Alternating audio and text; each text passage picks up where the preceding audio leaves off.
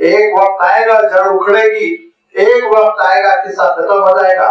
فرمایا کلم کرنا بالامس، ایسا لگے گا جیسے کل یہاں درخت تھا ہی نہیں، بالکل چٹیل میدان، بڑے بڑے درخت اکھاڑ دیے جاتے ہیں، گھر بنا دیا جاتا ہے، کسی کو پتہ نہیں چلتا یہ بیڈ روم میں اتنا بڑا درخت تھا یا آنگن میں اتنا بڑا درخت تھا. تو ارشاد فرمایا کہ ایسے ہی تمہارا قصہ ختم ہو جائے گا. تمہارے بیڈ روم میں تمہارا وجود تو وجود، تمہارا فرنیچر باقی نہیں رہے گا. تم نے جو کلر کرایا تھا وہ کلر باقی نہیں رہے گا. جو تم نے شوکیس سجایا تھا وہ شوکیس سجا ہوا نہیں رہے گا. لوگ تمہارے گھر کا نقشہ بدل دیں گے بعد میں. ثم یعیدکم فیہا، یہی مٹی میں اللہ تعالیٰ تم کو دوبارہ بھیج دے گا. ثم یعیدکم، اعادہ ہوگا، اسی مٹی میں تم چلے جاؤ گے. ویخرجکم اخراجا، پھر میدان حشر میں تم کو کھڑا کرے گا، نکالے گا، برآمد کرے گا. جس پروردگار نے ایک بار پانی کے قطرے سے ہم کو وجود دے کر اس دنیا میں طاقتور بن کر کھڑا کرا دیا، وہ پروردگار میدان حشر میں کیوں نہیں کرا سکتا؟ کیوں آخرت کے سلسلے میں لوگ شک و شبہ کرتے ہیں؟ واللہ جعل لکم الارض بساطا، ابھی تو اس نے زمین کو تمہارے لیے بچھونا بنایا، یہاں ساری ایکٹیویٹیز ہے اور اسی پہ تمہارے راستے ہیں. لتسلکوا منہا سبلا فجاجا، یہاں وادیاں ہیں، یہاں پگڈنڈیاں ہیں، یہاں شہرائیں ہیں، یہاں پہ سفر ہو رہا ہے، یہاں سواریاں چل رہی ہیں. ساری سرگرمیاں ابھی اسی زمین پر ہے. لیکن یاد رکھو کہ اللہ تعالیٰ کی قدرت کو فراموش نہ کرو. یہی زمین پھر میدان حشر میں تبدیل ہوگی، دوبارہ تم کو کھڑا کیا جائے گا. آگے حضرت نوح علیہ السلام کا رب العزت بدل گیا، اب جلال ہے. اور اس کے بعد حضرت نوح علیہ السلام نے قوم کے سلسلے میں اللہ تعالیٰ کے دربار میں جو برات کا اظہار کیا، جو لاتعلقی کا اظہار کیا، اور اس کے بعد جو عذاب آیا، وہ آخری آیتوں میں آگے آ رہا ہے. انشاءاللہ اللہ اس کی وضاحت آپ کی خدمت میں رکھی جائے گی. وآخر دعوانا ان الحمد للہ رب العالمین.